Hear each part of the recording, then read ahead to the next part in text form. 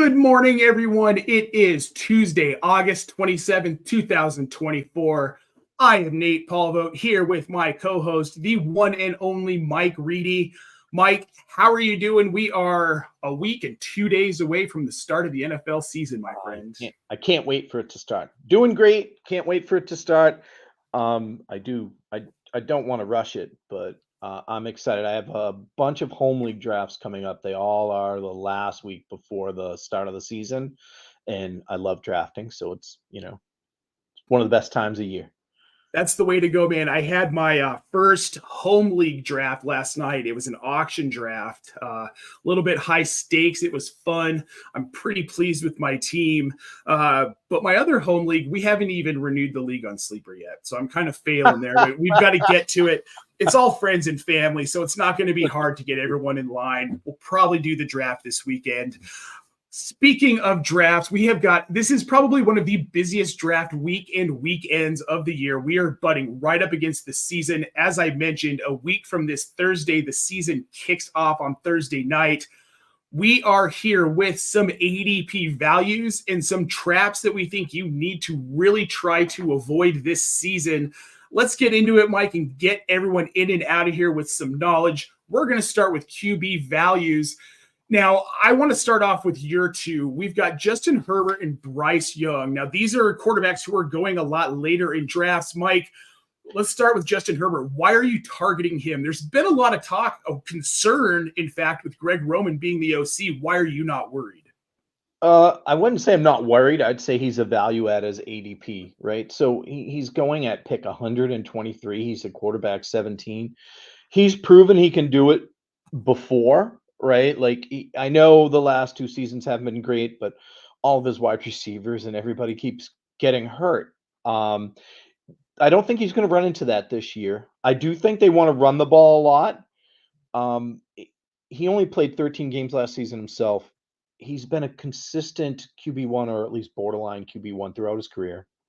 We know he has arm strength. We know he can run if he needs to, right? As I was saying, the downside is the team might run more, but at the ADP he's pretty much a bargain, right? I don't think the drop off in quarterback scoring between, say, the quarterback 8 and the quarterback 20 is going to be so big that you should get super concerned after that first or second tier, whether you have a guy who's the 10th quarterback drafted or the 17th quarterback drafted. So, if you're waiting, I think he's a guy you can wait for, because they're still going to throw the ball at least 51% of the time, because that's what every team in the NFL does. I think we talked about Josh Palmer last week, right? I just think he'll be viable at that price point that makes him viable for me. He's also going undrafted all over the place, by the way. Which I think is crazy. So, and I want to point this out. Justin Herbert is a lot more mobile than people think he is. Oh, yes. He's much more mobile. 63 carries in 2021, 54 in 2022, 52 in 2023.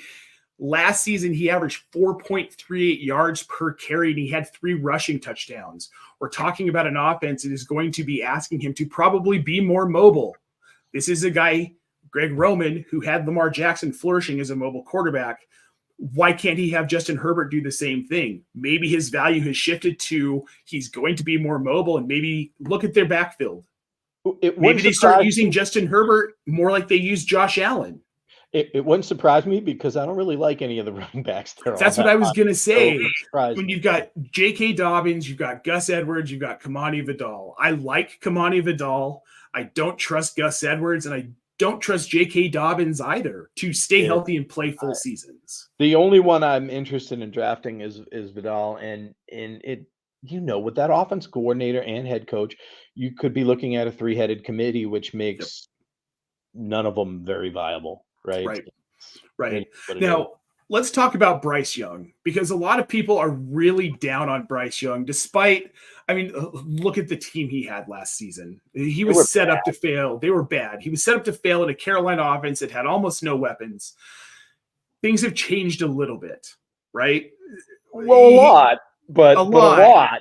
They changed a lot. And he's going right now as QB 29. So Again, largely undrafted, even in 2 QB leagues. he easily can produce QB2 numbers right across the board, meaning he can easily be a top 20 guy. And as I mentioned, the scoring between like quarterback 8 and quarterback 20, the drop off isn't going to be so tremendous that you should factor it in as like, oh no, I didn't get a top 8 guy. Oh, Right. yeah. Instead of getting the 9th guy, you might be better off in your draft taking another wide receiver, another running back, and holding off a little bit. Now, again, this guy's not getting drafted. His overall ADP is what, 202? 29th quarterback taken. Canales is the offensive coordinator there, and he revived Baker Mayfield's career last year in Tampa Bay. So I like that. I like that the offensive line got better in the off season. I like that a lot. These are 2 things I care about more than most fantasy analysts. Offensive line and coaching. I am always saying on DFS shows, as you'll see this year, that coaching and play calling matters. Too many people don't factor that in, and then they're wondering why the guy they thought was a stud is only getting 3 passes thrown his way, like Kyle Pitts. Well, because they don't call the plays and they don't have a quarterback that can get the ball in his hand. So you have to pay attention to that stuff. As the guy who did offensive line rankings for Fantasy Pros, like I could not agree with you more. This stuff plays such an important role. Because if your offensive line isn't clearing out the defensive line to give you holes or give you time to throw the ball, how are you supposed to be productive from an NFL standpoint or a fantasy standpoint? And the fact that Carolina has made these changes, we know Bryce Young has the talent, right? He needs the time and he needs the outlets. They gave him Deontay Johnson. I think that's a pretty good outlet for a rookie quarter, for a second-year quarterback. And he looked pretty sharp in that 85-yard drive he had. I was pleasantly surprised with that. That's what got him here, by the way, on my list, was that drive, that 85-yard drive. Watching that, he looked poised. He looked crisp. They looked clean as a team, right? They have more options in the passing game than they had last year. The better offensive line. I like him more than I thought I would, by the way. I did not think I would have him here. He was somebody I was a little concerned about as well because he was so bad last year. But when you're running for your life every play, I mean, it is what it is. Yeah, exactly. Now, we're going to jump over to the 2 guys that I picked. Bryce Young was on my list of players I was thinking about talking about, but I couldn't help myself with this one. Gardner Minshew, he's been named the starter in Vegas. Love him or hate him, he's going to be a productive fantasy quarterback. He was QB 21 last season. He didn't start the first couple of games. He played in all 17. We talked about him a little bit last week. He is the model of efficiency in a quarterback. He doesn't make a ton of mistakes. He has had single-digit interception totals every season of his 5-year going into year 6 career. He has Davante Adams, Jacoby Myers, but then he's got Mike Mayer, and he's got Brock Bowers. He has weapons. He does. And he's going ridiculously late in drafts. Right now, he is QB 32. He's going undrafted, mostly. I'm a fan. I've been a fan. He's productive. No, he's not the greatest starting quarterback in the league. He's the best backup quarterback in the league. And the expectations should be held that way. But if you can't find a place to stream him this year at a minimum, shame on you. The weapons are really good in that wide receiver room's good. Like actually good. Not they're okay. They're upper echelon group. It's kind of why I like Jacoby Myers some. I know I mentioned that he's never seen a tackle he wants to break, but he's got great hands. He catches what's thrown at him. He runs great routes. And I mean, the other guy, Adams, is just one of the best Davante Adams in the league, right? So let's not forget in his rookie season in Jacksonville, 67 carries, 344 rushing yards. The dude can run. He can move. And in this era where we're looking for anything extra in a quarterback that can give you value, in an offense where their top 2 rushing options are Zamir White and Alexander Madison, we might see Minshew moving quite a bit. Again, this isn't a very good offensive line either, Mike. He's a beast. And he He's a can take the beast. hits. Honestly, Right. Minshew's a monster. He can take He's a the hits. monster. And he'll move and he'll get some of that rushing upside. Maybe we'll see him. He had 3 rushing touchdowns last year. So I don't know. I think there's some upside there. Then the last guy, I don't think we need to talk much about him, but I think Kirk Cousins is a value right now, Mike. He's going QB 19. This is someone I believe has QB1 tier upside this season. When has he not been a top 12 QB? And I'm sorry I didn't go to research that, but I thought about it when I read this. Like I was like, when is he not a top 12 guy? And he has good. Supposedly, we all think these guys are great pass catchers. At least London and Pitts, and some of the secondary guys are pretty good too. By the way, like supposedly he has really good weapons in that offense. You're talking about a guy who produces, unless he's not healed. He should be very good. So his ADP makes sense because of the injury last year, but you could be getting a huge bargain there, a huge steal with him. So Cousins is okay. So to answer your question, he has finished outside of the QB1 tier 2 times since he became a starter in the league. Last season, because he got hurt and only played 8 games, but he still finishes QB 24. So in Superflex, he was still at QB 2. Yeah, 8.5 games. And then in 2019 in Minnesota, he only played 15 games. He finished as QB 19. Then I'll take that back. In 2018, he finished as QB 13. Outside of that, he has been a QB1 every other season of his career. Yeah, he's always viable. You could argue that these are some of the best weapons he has ever had in an offense. Bijan Robinson, Tyler Algier, Drake London, Darnell Mooney. You've got Kyle Pitts. This is a pretty loaded offense. I look for Kirk Cousins to finish as long as he is healthy, and he has looked so in camp. I think he's a top 12 quarterback this year. You're getting at a discount. I know I don't like to always tip my hat to my league mates and my home leads because even though they say they don't watch things I'm in or read things I write, I know they do because I watch what they do to me and abuse me with knowing what I do, what I say. He's one of those guys I'll be looking for to draft. And it's because where you can get him. I'm not saying I won't back that up with another QB because I probably will just in case his injury is a concern. I just don't know. But I've drafted him many times and I've never been upset with it ever. Yep. Same. I wanted to hate Kirk Cousins for being so vanilla for so long. I can't anymore. Like I bought into Kirk Cousins and I will continue to buy into Kirk Cousins. This value all draft season long. Now, Mike, let's talk about some quarterbacks we're not buying into. I'm going to get started with mine. It's Brock Purdy. Why? Tell me why. So he was QB6 last season. He had a pretty stellar season. I don't see him repeating that. I think there are better quarterbacks who are going to outpace him. I think he's maybe like QB 18 to 20 this season. This feels like a trap to me, right? We see these guys I just think he's going too high. It feels like a trap to me. It feels like you can get the same production out of a guy like Kirk Cousins later down the line in a draft. I like him more if Brandon Ayuk is playing than if Brandon Ayuk is not playing on that team, to be honest, because he and Ayuk were very efficient together. They brought out the best in each other. I'm a Purdy fan. I like him. I don't dislike him. I think he's a winner, right? Like I think he finds ways to win games, but I can see the efficiency level dropping. He was incredibly efficient in that offense last year.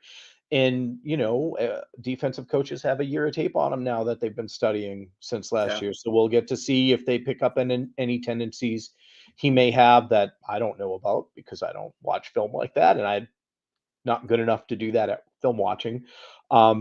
I like him, but again, the range of where he could fall is QB 10, QB 28. I don't know. I just don't know. And that's kind of where that's why it feels like a trap to me, because I think we're so bought into, Brock Purdy's a sure thing to be a top 10 quarterback this year. I'm not so sure he is. If he doesn't have Brandon Ayuk, if he gets hurt, if someone else in the offense gets hurt, and then all of a sudden they're lacking weapons, what if Trent Williams gets hurt and misses time? Oh my goodness, that's bad. And Trent Williams has been known to get hurt. He has weak knees, he has weak ankles, as most offensive linemen who are later in their career do. I mean, ask Mark Schlereth about that. It's just the way it is. And if Trent Williams misses time, that is going to significantly impact Brock Purdy in a negative way. Yeah, I mean, I can see it. Yep. Now you, Mike, have the guy who's right behind him in ADP right now. Everybody's darling in the fantasy community, by the way, and people will hate me for this, and it's sorry. He's a rookie, Jayden Daniels, going as a QB 12, 101st pick overall. I'm not drafting him anywhere, and I get the desire to get him, right, because he can run and he can pass, and he's the Heisman Trophy winner. Huge threat to run. I like McLaurin. I think he's good for McLaurin, by the way. I really think Jayden Daniels should be good for him. I don't hate him, but I'm afraid to draft him that high as a top 12 quarterback because he's a rookie, right? After McLaurin, who does he have? Eckler? Robinson, maybe? Somebody we're going to talk about later that I really like. He's couple players actually, but at what's he weigh? 190 pounds. Yeah, he's lighter than me. That's what I mean. This is the NFL, not college. Everybody's bigger, faster, stronger. I know people want to compare him to somebody like Lamar Jackson, but that MVP season with Lamar Jackson, I drafted him with my last pick in every home league I had. I won a lot of championships, by the way, that year. And that was a value pick. This is not a value pick. This is drafting at his ceiling, not at his floor. And with a rookie, I'm just not willing to do that with a rookie quarterback. And I think that's fair. I like Jayden Daniels a lot this season. I think that his ceiling is a top 5 quarterback in most fantasy formats just because of the mobility. I think he's going to probably snipe some touchdowns from Brian Robinson and Austin Eckler. I think that's going to be good for fantasy. From an NFL standpoint, I think he has a long way to go to being a top tier quarterback. But in fantasy, I can see him sneaking into that like top 5, 6, 7 quarterbacks. That said, I really do think he's being drafted too high. And I agree with you. There's a lot of risk involved in this pick. Yeah, it's not hate on the player. It's mitigating the risk. That's all. Well, and I've seen him going as early as like 4th or 5th in super flex drafts. And I get the excitement. And there's been a lot of talk coming out of camp about Jayden Daniels is the real deal. This guy is the real deal. I get it. And he probably is. And I love the hype. I love the player. I love what he did in college. I'm kind of an odd LSU guy for reasons I'm not going to explain here. But we've got, as fantasy managers and as fantasy analysts, we have to be realistic about what these players, what's the realistic chance that Jayden Daniels hits his ceiling this season?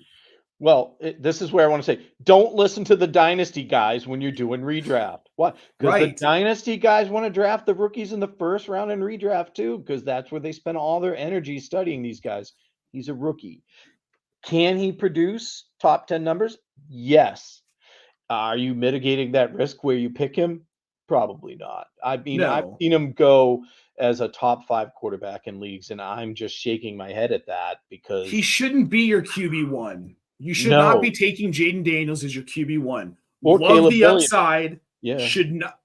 I mean, unless you're in 100 leagues and you're just trying to kind of mix salt it up, and pepper, exposure, whatever, or best ball even, fine. But in a normal redraft league, guys, you have no business taking Jayden Daniels as your QB1. Yeah. We're just I like him. I just got to mitigate that risk. I can't do exactly. All right, let's move on to running back values here, Mike. Let's start with yours. I really like these. Alvin Kamara is your first one, and I couldn't agree more, man. RB17 for a guy with RB1 potential. It feels like everybody's down on him. I know from watching a couple of their games last year, he didn't look good, by the way. He didn't look great. He looked slow. But he had 75 receptions on 86 targets.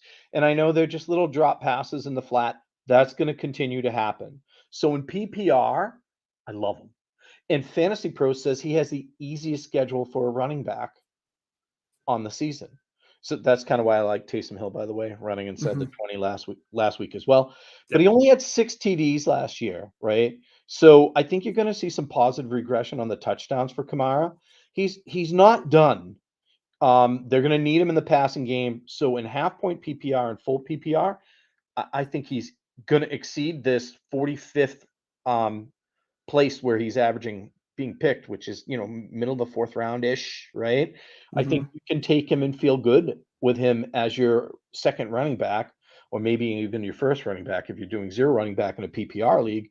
I think you can feel safe that he's going to get these 70 some odd receptions, and that last year is more like a floor for him still this year. In PPR, he was RB11 last season.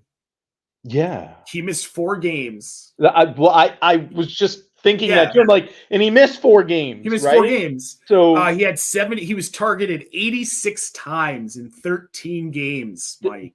This is the floor. That's what I'm saying. This is his floor, not lower than that. Yes, this is the opposite of what we were talking about with a guy like Jayden Daniels. Yeah. He's now being drafted at his floor. You should be drafting all of the Alvin Kamara. This is a bad offense, guys. Everywhere. Bad. And whether it's Derek Carr or they jump ship on Derek Carr and they go over to Spencer Rattler at quarterback, Alvin Kamara is going to be a very busy man. If Could we this want be to the be first season we conservative, see him rush for 1,000 yards even? if you want to be conservative, he's a low-end running back 1, high-end running back 2.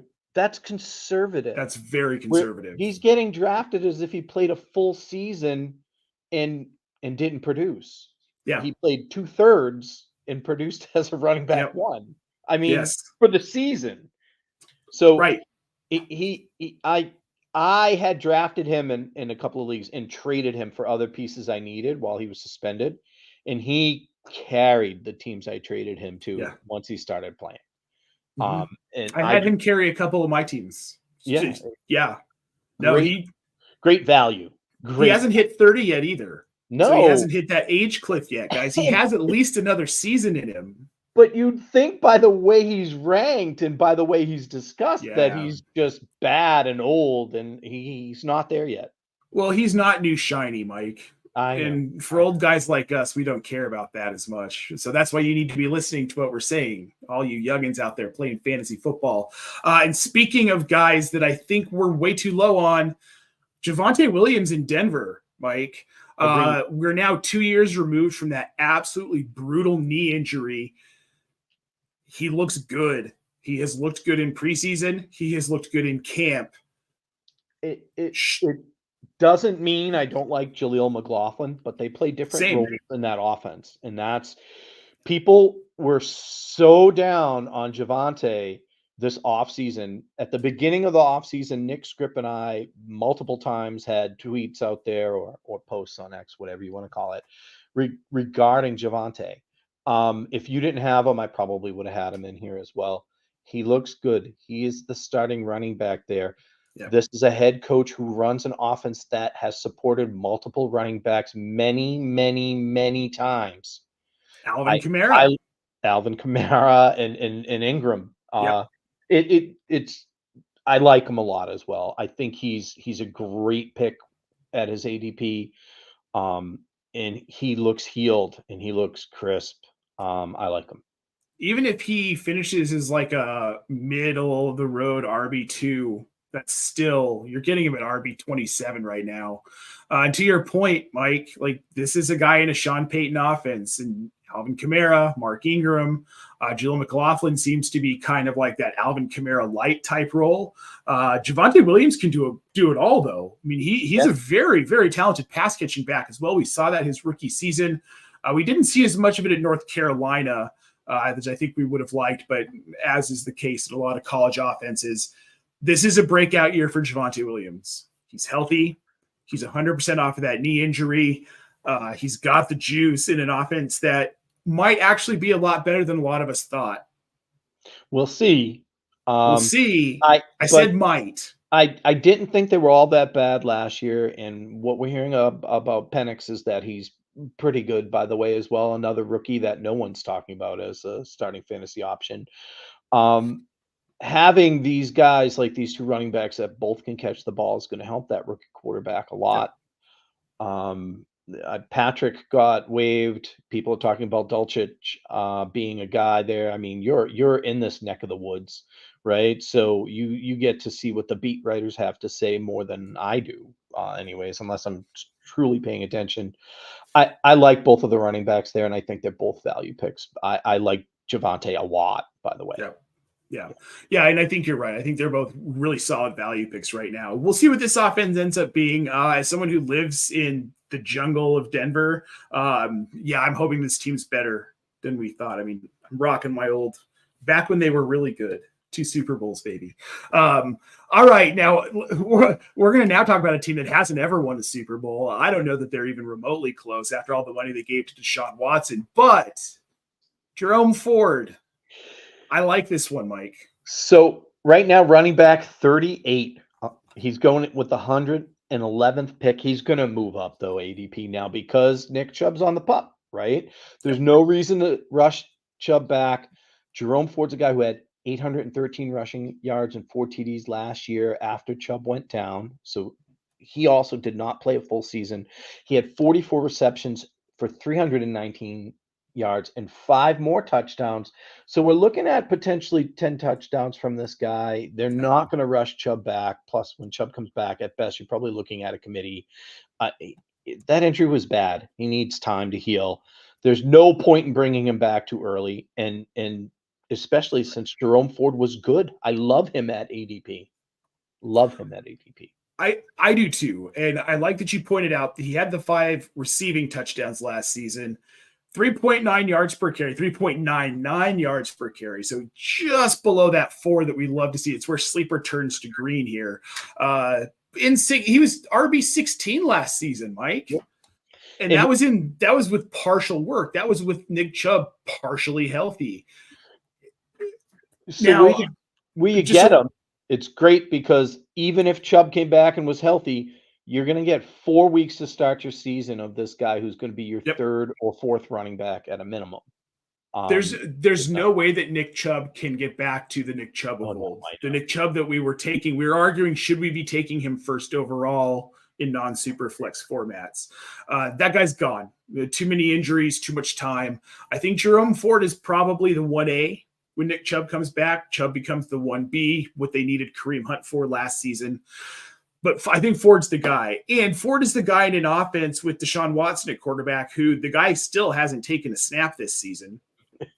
I know. Is he going to take a snap this season? And if he does, if Deshaun Watson's in, I think Jerome Ford is going to see a ton of volume, an absolute ton. And then when Deshaun Watson is inevitably benched, I think that volume takes a little bit of a dip because we're going to get to see Jameis Winston sling it. I love Winston, by the way, for fantasy purposes. I know lots of people hate him, but I love him. Look, dude. He slings it all over the place. It's me great. Too. Yeah. I'll take another 35,000 season from him in fantasy. I mean, as long as I'm not getting dinged for the interceptions, right? Now, this last one on my list, Antonio Gibson. He's going as RB 48. He's in New England now. New England's an interesting.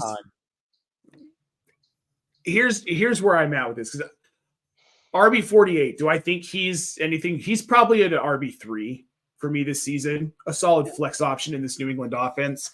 There just isn't a lot to be excited about. There's a hype train for Javon Baker and Jalen Polk. Well, as it turns out, maybe they weren't as good as we all wanted them to be. So now we've got Kendrick Bourne. We've got Hunter Henry. I would say I'm closer to this one because I live here. And yes, you are. Right. And Polk is looking good in training camp. Right. So I know there was hype train, but out of the rookies that they drafted, he looks like a player, like a real player. Okay. Right? I'm a huge Stevenson guy because he's always a value pick. I usually say how he's a running back too, and people trash me all over X in regards to that. And then he finishes as a running back too, and he would have last season too if he didn't get hurt. Yep. But they're not going to just use him. They're going to use Gibson as well because they have to. They don't that wide receiver room has a lot of mediocre talent, not a lot of high-end talent. Right. Yeah. So I'm with you. I think he's a value pick as well. And I think that backfield is going to see a lot of touches between them and a lot of traffic. I think so too, especially if Drake May ends up starting. I don't think they have a choice, right? Like you're just going to see a lot of touches in that backfield. And, if Gibson finishes his running back 40 or higher, you got him at RB 48. That's a pretty good deal. I'll take it. And I think his PPR upside in New England is fairly decent as well. So better than it was in Washington. Yeah. Way better. It's not a guy I'm super excited to draft, but at the back end of drafts, I mean, he's going to pick 164. So he's, talking like 14th, 15th round. I'll take that. Yeah, I don't think it's a bad doesn't value. Pan out, he becomes waiver wire fodder. It's not a big deal. Yeah. Yeah. Now we're going to go to some running back traps that we're seeing in drafts, Mike. I'll start with mine. It saddens me because I have been one of his biggest advocates his first 2 seasons in the league, but I can't right now. James Cook right now is going as RB12. I love the guy. Ultra talented. They brought in Ray Davis. I think this offense is shifting away from what they've been. They're going to try and use Ray Davis to run the ball a little bit more. James Cook just isn't a powerful runner. I'm okay with him going more as like a middle to back end RB2, but that RB1 value for me, I think it's a trap. The ADP is just too high, is what you're saying on him, and plain and simple. I haven't drafted him yet anywhere, so I agree based off my own actions, right? Like he's a player I like. I had him last year on a few teams, and he was great once he got rolling. But I haven't been drafting him this year because I think he's just going too high, and I don't like the risk associated with it as well. Well, I think he's being drafted again. This is a player that's being drafted at their ceiling.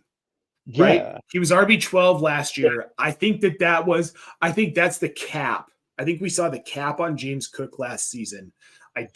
He had over 1,000 yards rushing. With Ray Davis in this offense, I can't see that happening. Well, with all the wide receivers removed from the team last year, that's a fair point. It's if Cook is going to do it, it's probably going to be in the passing game. Yep. But this is going to be a committee. I see it that way too. We talked about it last week, right? Also, I think we're going to see a committee. I think you want to mitigate your early round picks. I've talked about this a bunch of times on Twitter and on shows.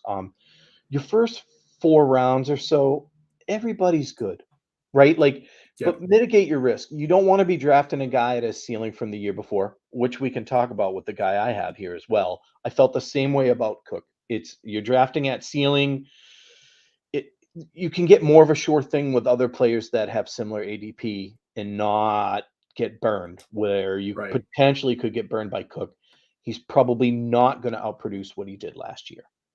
No, I just can't see it happening. And again, it's not that I don't like James Cook, is that his ADP is just simply too high for what he can produce in this offense, I feel like, in 2024.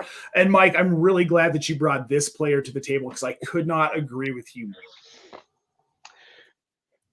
Devon Achane. Is that the correct pronunciation? Achane. Achane? Sorry. Achane. I used to call him A-Train from The Boys, by the way. Hey. But he's the epitome of boom bust player. He's getting drafted as a running back 10 with the 20th pick, right? I have a keeper league where I'm keeping him because I picked him in the 10th round and I lose my 10th round pick, so it becomes a value pick. He'll end up a flex for me, which is where I think he belongs, right? You couldn't be more boomer bust than this guy. Super dynamic. Everyone loves him. But he's 5'9", 188 pounds, right? And that is not the archetype I want to look for in an every down running back, and he's not going to be an every down running back on this team. I know people think he is because he produced those huge games, but I was in sales once and my job was 100% commission, and I was a top 3 guy every quarter, and my boss used to get mad at me because I never had home runs. I just had this consistent production nonstop, bunch of base hits, no home runs. This guy's a roller coaster ride. If you want 25 points, 50 points one week, and 3 points the next week, he's your guy. But you can't build a team with him on the 20th pick in the early second round or middle second round, depending on you can't build a team off of that. He'll lose you as many weeks as he's going to win, and I don't like him there. He's being drafted at his complete ceiling, and if you paid attention to all of the data, you It's realize not even a realistic. It's not even a realistic ceiling. It's just this. It's complete boom or bust, and you can't win doing that. That's kill you. They still have Raheem Mostert. Yeah, he's old. I like but him, by the way. I do too. Raheem Mostert was RB5 last season. He showed no signs of really slowing down. I think he's going to be fantastic this year. Will he be RB5 again? Probably not. But he's going to see enough work that I can't see a volume path for Devon Achane to be an RB1. And they've got Jalen Wright too, who Mike McDonald loves. They've got Malik Washington. They've got Tyreek Hill. This is an offense loaded with Jalen Waddle, Braxton Berrios. They just brought in Jonnu Smith. This is a very loaded offense.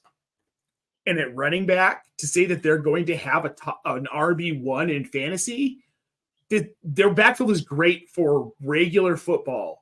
When it comes to fantasy, this whole backfield could be a massive trap. It's a year to draft Tua, by the way. I know people don't like hearing it, but it's a year to draft Tua. We're looking at a potential 3-headed running back by committee, right? Where any one of those guys could get you 50 points in 1 week and nothing in the next. And they're so fast, man. It's going to be a fun season if you're a Dolphins fan. It's going to be It is going to be a fun season. This is a very good team. They should win the East. I would be surprised if they don't. Even with those Aaron Rodgers Jets, I still think they could be the better team. Now we gotta get Motor in here, Mike, because you got to get out of here. Let's hit up these wide receiver values. I'm going to blow through my two really quick. I've got Luke McCaffrey in Washington, the rookie, the younger McCaffrey. He's going as wide receiver 81. This is a team that just unloaded Jahan Dotson. They've got Jayden Daniels, the rookie. McCaffrey works so freaking well in the slot, and he's a shark down the field. Wide receiver 81, you don't even have to draft him.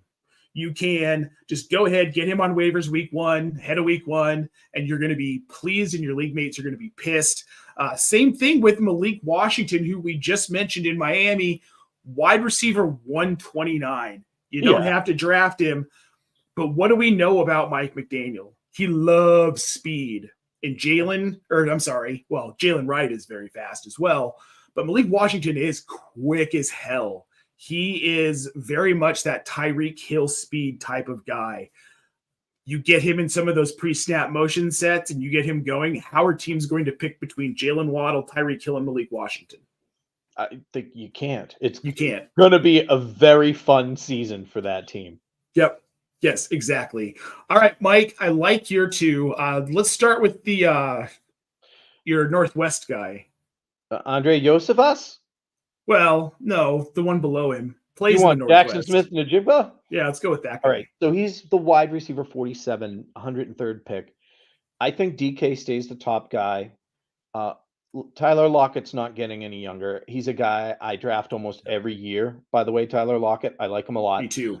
But this preseason, it really looked like JSN passed him in the pecking order there, which is what people thought would happen as a rookie. But he was a rookie, and they didn't want to give him a chance. We've got changes to the coaching staff. Ryan Grubb uses 3 wide receivers. He did at Washington. You can expect him to use them here. I think JSN is the second guy here.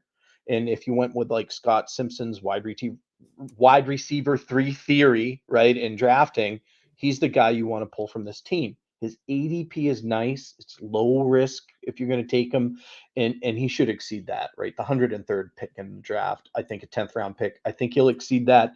You're looking at potential wide receiver 2, wide receiver 3 numbers. He's a guy who you're drafting as a flex at best, so I like it. Well, and lest we all forget, the dude was pretty injured to start last season. So they brought him on very slowly. This is a new coaching regime. Pete Carroll's out. Geno Smith has looked a lot better than he did last season. They love him, by the way, there. Yes. And it's what a story, man. We need movies about this guy. Right. Let's hope. Tyler Lockett's getting older. JSN, he just feels like a smash at wide receiver 47. Now, I'm going to let you say this guy's name because I don't. All right. I want to know how I learned how to say it? By listening to another podcast where there we go. Because I didn't know. Andei Iosivas. Iosivas. Sorry, it was Sirius XM Radio. Andei Iosivas. He is currently wide receiver 92, pick 281. You're not drafting him. And if you want to with your last pick because your league's deep, he's free. He is as free as it gets. Okay. He's probably winning this wide receiver third slot on the Bengals, even though people don't think he is. I think he is. Yeah. Week 18 last year, he had 7 targets. He hauled in 5 receptions, 36 yards, 2 touchdowns. I played him in DFS that week, by the way, and won a lot of money. Thank you. So yes, I'm emotionally attached to him a little. He had in the 2 games where he played a lot, he had 21% target share, 35% of the air yard share in those 2 games. Tyler Boyd's gone. We're looking to see who's going to fill that other role. And imagine if Jamar Chase holds out and misses any time. This is a guy you're going to be plugging and playing. I like him. And do I think he's going to bring you wide receiver 2 numbers on the season? No. But as a free guy you're getting at the end of a draft or off of waivers, pay attention to him, flag him in your league. He's probably going to be producing. It might not be a weekly thing, but he's probably going to be worth rostership at some point in time this season. Yep. No, and I agree. And this, again, they're looking for that wide receiver 3. Tyler Boyd's gone. Right now in depth charts, they've got Trenton Irwin slotted in, but I can't see that making it to the actual season. I don't either. Yeah. All right. So let's hit these traps up real quick. These ones are pretty easy. Let's just go with the one that we both agree on here, Mike. We'll stick with the one guy. Stefon Diggs is going wide receiver 19. Too many mouths to feed in Houston. Don't care if anybody doesn't like that term. There's 3 good wide receivers, and the quarterback likes both of the other ones better, in my opinion. And Diggs could prove me wrong. I didn't draft him ever once he went to Buffalo, and I won't be drafting him this year in Houston because I don't like the situation for him. I just don't like it. Well, I mean, like I have said many times, you get past week 10, 11, 12, and he just fades. Yeah. And he is now 30 years old. He's going into his 10th season in the league. He's in an offense with much younger receivers who CJ Stroud is going to favor. I just don't see the path to him living up to his ADP right now. I simply don't see it. Now, let's get to some tight ends. As I told you, this is my favorite position, Mike. I love tight ends. I love looking for value. I almost went with your guy, but decided to go a little bit deeper. But let's talk about your guy first. Well, I went with Hunter Henry here. He's the TE19, 178th pick on average. He wasn't healthy last year. It showed. He really wasn't. He had a 15% target share, though, in the games he played, and he played 70% of the snaps. So when he's healthy, he's on the field. He is a big red zone target for this team. He has been in the past. I know different coaching staff. It doesn't matter. They don't have a lot of high-end weapons in that passing game that are known commodities. He is one. In the games he played last year, there were 10. He was a TE1 in 50% of those games. So he averaged 10.8 fantasy points per week in the 10 games played. He would have finished as a TE8 on the season overall. So he's drafted below way below probably what his floor is going to be. I just see him as a high value. He's on waiver wires in leagues I play in. He was not drafted in most of them at all. And I think we'll be talking about him on this show as an ad as we get into the season. I agree. I feel the same about my guy. I'm going with rookie Ben Sinnott in Washington.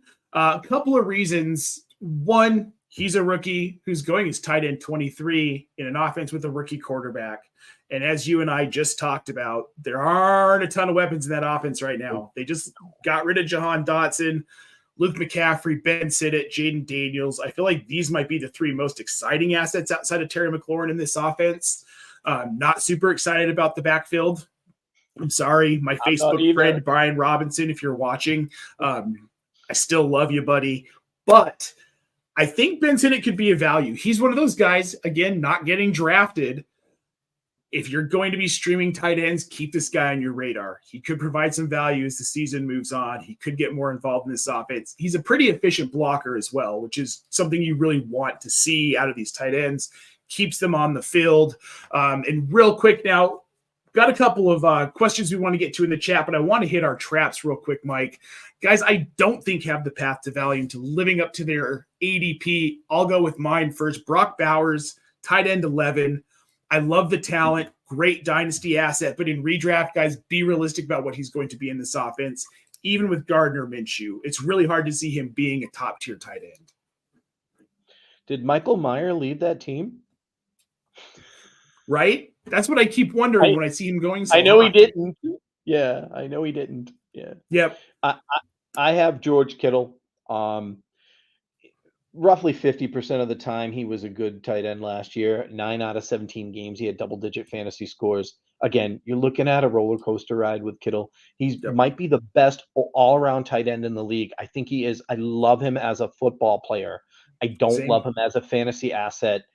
He's going to lose you as many weeks as he wins you. That's all. Yep. Another roller coaster ride, and he's the TE6 right now. A round later, you can draft Evan Ingram, who's going to see 140 targets or something insane like that. So yeah, I got Evan Ingram in an auction draft last night for I think $6. So yeah, I mean, yeah, and those are the kind of guys at tight end. Unless you get a top 3 or 4 tight end in this climate right now, you need to be streaming every week. That's just the way of it. Because once you get past really the top 5 guys, Taysom Hill was a top 12 tight end last year. Yeah, I know. So. And these other guys, as people talk about his floor's low, everybody else, their floor is just as low. It's just as low. Yeah, right. All right, now real quick, Mike, I want to get to a couple of questions here we got in the chat. Isaac Watson just wants some help on this trade here. He's going to give Cooper Kupp, Brandon Ayuk, Jake Ferguson, King Henry, Keon Coleman. He gets Kelsey Kamara, DK, Christian Watson, and Malik Neighbors. Mike, how do you feel about this trade? Is this redraft or dynasty? That's a blockbuster if ever I saw one. I'm going to assume this is dynasty here. I'm going to assume it's dynasty as well. Oh, my goodness. I have to tell you, there's a lot of older guys on both sides of this.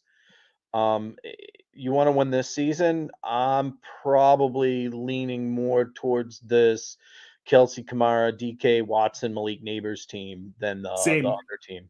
Same. Yeah, Isaac, I'd make this deal. If you're giving up the Kupp Ayuk side, I would do this if you're in win now. This will get you closer to a championship. One last one here before we announce our college football 25 winner and get you out of here. Turnpike Tony. I got Kyron as a 7th round keeper, drafting from spot 11, looking for the best wide receiver to pair with Garrett Wilson at the 1-2 turn. Being realistic about who's available here at that 1-2 turn, Mike, I would say, guys, I'd be looking to pair some leagues. I've seen Amon-Ra slip if he's not kept. Outside of that, I don't know who would you be looking at here? Well, here, Wilson is a guy who would be available there, but you're looking who to pair with him. Yep. You got muted, Mike. I start passing on some of those guys that are available there. There's guys sliding though there. You can look at people like Kupp's going to be available there.